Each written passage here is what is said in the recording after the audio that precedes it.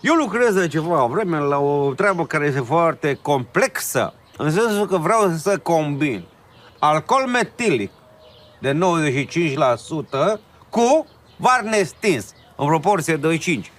Că este ceva experimental, este de mine, încă nu se dă rețete la farmacie pe treaba asta, dar, atenție, e așa, cât e între degete.